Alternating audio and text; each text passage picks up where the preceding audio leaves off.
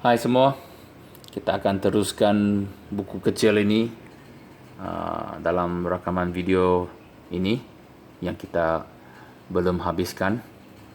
Okey, tajuknya Rehat Ialah Kekuatan oleh Debang Watchman Nee. Okey, kita teruskan hal yang ketiga. Tabernakal dalam Wasiat Lama dibahagikan kepada halaman luar, tempat kudus dan tempat maha kudus. Di dalam tempat maha kudus ada tabut yang dihuni Tuhan. Di dalam tempat kudus ada roti pengemukaan, kaki pelita emas dan juga perukupan emas. Di halaman luar pula ada mazbah dan berjana pembasuhan. Di antara tempat maha kudus dan tempat kudus ada tirai pemisah. Di antara tempat kudus dan halaman luar ada tabir. Di antara halaman luar dan dunia ada juga tabir. Hanya henta-henta dan orang Lewi boleh masuk ke dalam halaman luar dan hanya henta-henta boleh masuk ke dalam tempat kudus. Ayat sekali, hanya hentar agung boleh masuk ke dalam tempat maha kudus setahun sekali dengan membawa darah. Dalam wasiat baru, Tuhan memberitahu kita menerusi hamba-Nya bahawa kita ialah bait Tuhan. Kehidupan Kristian kita disamakan dengan tabernakel atau bait Tuhan. Halaman luar sememangnya sangat sibuk. Beribu-ribu orang Israel mempersembahkan korban-korban mereka di sana. Dan banyak orang Lewi menjalankan tugas khusus mereka untuk menyembelih beribu-ribu ekor lembu dan domba dalam sehari. Dari pagi hingga malam terdapat banyak orang di halaman luar. Sedangkan tidak ada seorang pun di dalam tempat maha kudus. Tabir yang ada di halaman luar boleh diangkat berkali-kali. Banyak orang boleh masuk ke dalam berkali-kali. Namun tirai tempat maha kudus tetap tergantung di sana. Dan tidak ada seorang pun boleh masuk ke dalam. Halaman luar mungkin sangat bising. Tetapi tempat maha kudus tetap tenang dan senyap. Halaman luar mungkin sangat sibuk. Tetapi tempat maha kudus langsung tidak terpengaruh dan senyap sekali. Inilah kehidupan orang Kristian. Kita mungkin berhubung dengan beribu-ribu orang, tetapi kita boleh menjadi seorang yang senyap sekali dan tidak terganggu. Walaupun kita sibuk di luar, tetapi kita tidak terganggu dalam roh dan masih dapat bersekutu dengan Tuhan di dalam. Inilah maksud beroleh rehat dalam roh. Orang Kristian harus berdoa secara berterusan dalam kehidupan. Hal ini bukan berkenaan berdoa selama 10 minit atau setengah jam, atau berdoa pada waktu pagi dan berhenti berdoa semasa kita bekerja. Oleh sebab kita ingin hidup di hadapan Tuhan, maka kita harus mengekalkan persekutuan kita dengannya di dalam walaupun kita sibuk bekerja di luar. Kita harus mempunyai masa yang tetap untuk berdoa dan membaca Bible. Tetapi selain daripada masa ini, hayat dalaman kita harus bersekutu dengan Tuhan secara berterusan. Kita perlu diperingatkan bahawa kekuatan bagi kehidupan kita bergantung sama sekali pada persekutuan hayat batiniah kita dengan Tuhan. Bahagian terdalam kita tidak harus dikawal dan dipengaruhi oleh faktor-faktor luaran. Apabila kita senyap di dalam, hal-hal kita di luar dapat dikawal oleh diri dalaman kita. Walaupun tidak ada kaki pelita, perukupan atau roti pengemukaan di dalam tempat maha kudus, tetapi tempat maha kudus mengawal segala pergerakan di dalam tabernakal. Oleh itu, jika kita menjalani kehidupan yang senyap di dalam tempat maha kudus, maka hal-hal luaran tidak dapat menyentuh kita dan sekitaran juga tidak dapat menggoyahkan kita. Jika kita hidup dalam tempat maha kudus, kita dapat melihat bahawa Tuhan menepui segala-galanya. Hubungan kita dengan Tuhan adalah intim dan tidak dapat diputuskan oleh apa sahaja hal luaran. Keempat, debanandeka, kegagalan kehidupan kita ialah pada saat kita sibuk di luar. Kita terganggu di dalam. Seringkali sebelum kita mula sibuk dengan hal-hal luaran, kita sudah terganggu di dalam. Gangguan ini menyebabkan kita tidak ada kekuatan untuk menangani hal-hal luaran. Kita harus mengetahui bahawa rehat, kesenyapan dan sandaran ialah kekuatan bagi kehidupan kita. Sabda Tuhan berkata, dalam perkembalian dan rehat, kamu akan diselamatkan. Dalam ketenangan dan kesandaran, kamu akan beroleh kekuatan. Seseorang yang mudah dirangsang, tidak dapat beroleh kekuatan di hadapan Tuhan. Begitu juga dengan seseorang yang khawatir dan terganggu. Kita perlu diperingatkan bahawa kekuatan kita bergantung pada ketenangan dan keamanan dalam batin. Di dalam setiap angin puting beliung terdapat satu pusat. Walaupun angin puting beliung berputar dengan pantas di sekeliling pusat, pusat itu sendiri tenang sekali. Kehidupan yang stabil pada pusat merupakan kekuatan kita. Aktiviti luaran mungkin bertiup seperti angin kencang, tetapi diri dalam kita senyap sekali. Dalam ketenangan dan sandaran, kamu akan beroleh kekuatan. Fikiran kita tidak harus diganggu dan hilang keamanan lantaran aktiviti luaran yang banyak. Jika kita terganggu, kita tidak dapat mengawal sekitaran kita. Lihatlah laut. Permukaan laut mungkin bergelora hebat lantaran ombak yang melambung tinggi dan angin yang bertiup kencang. Tetapi dalam laut langsung tidak ada pergerakan dan segala-galanya senyap sekali. Orang yang mengkaji hayat kehidupan laut di dasar laut membuktikan bahawa dasar laut sudah bertahun-tahun tidak mengalami pergerakan. Kehidupan orang Kristian harus mempunyai ketenangan dan keamanan dalaman. Jangan kita berharap bahawa kita tidak akan sibuk.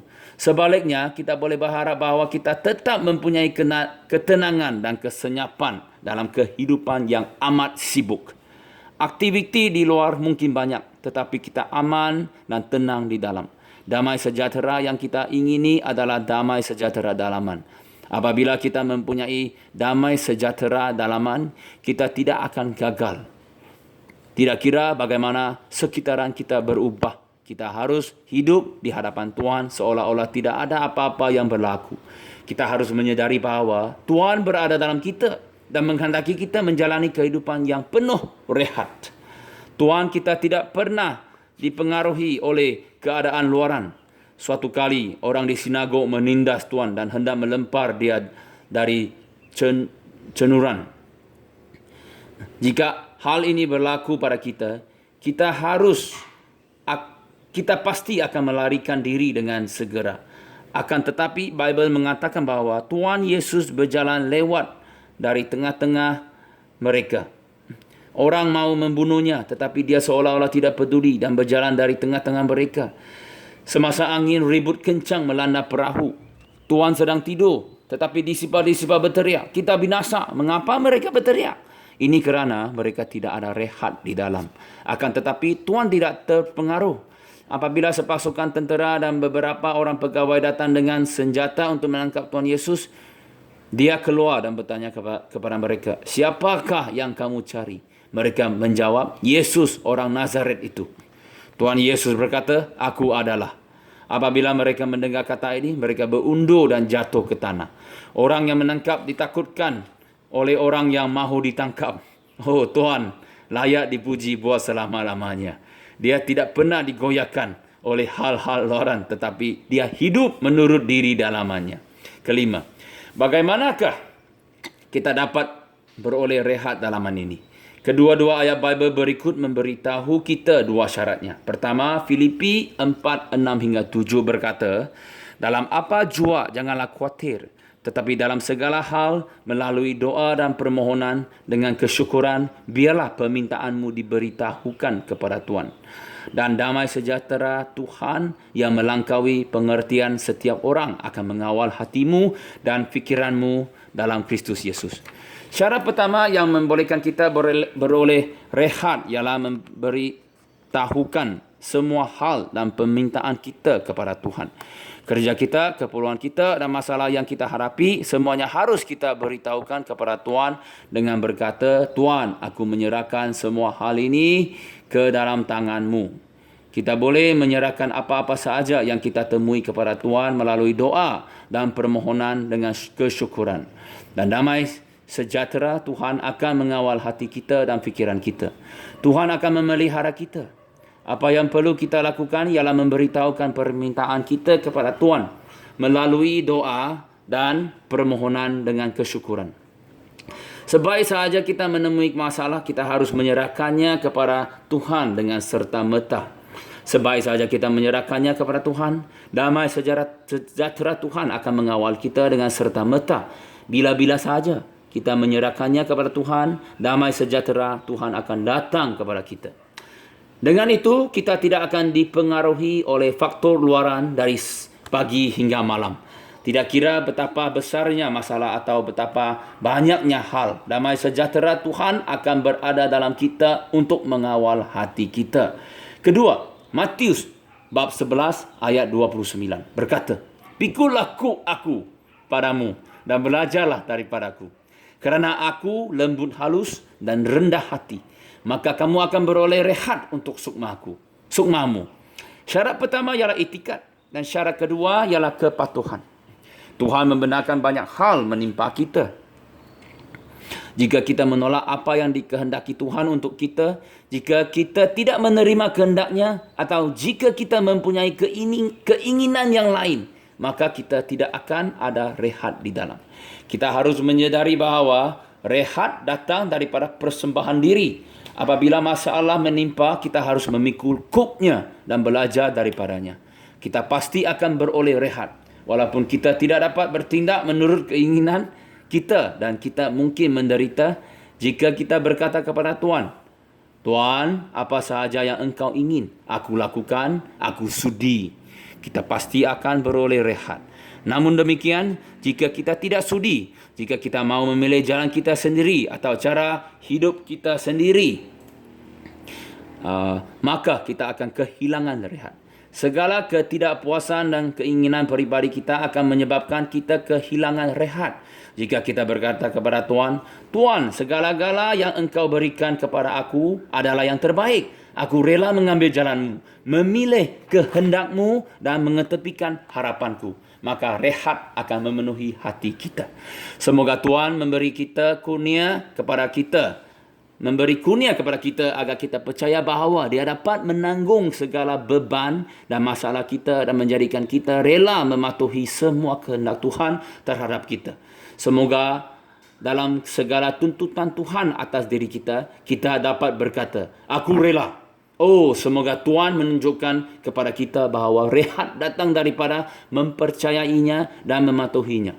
Selagi kita mempunyai hati yang tidak percaya, rehat tidak dapat datang. Selagi kita mempunyai keinginan sendiri, rehat tidak dapat datang.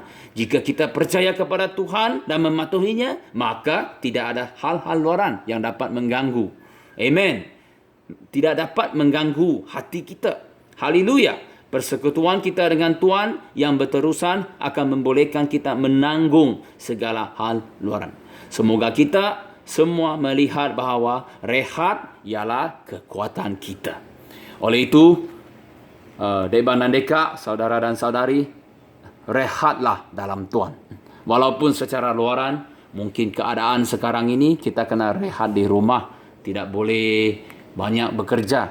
Tetapi kita kena rehat dalam Tuhan untuk mendapat kekuatan, mendapat Tuhan sendiri sebagai kekuatan kita. Gunakanlah masa ini, habiskan masa untuk bersekutu dengan Tuhan, datang kepada Tuhan seperti Maria, seperti yang ditamsilkan dalam wasiat lama, dalam tempat Maha Kudus kita datang berjumpa dengan Tuhan dan kita sama-sama menikmati rehat ini sebagai kekuatan kita yang sebenar.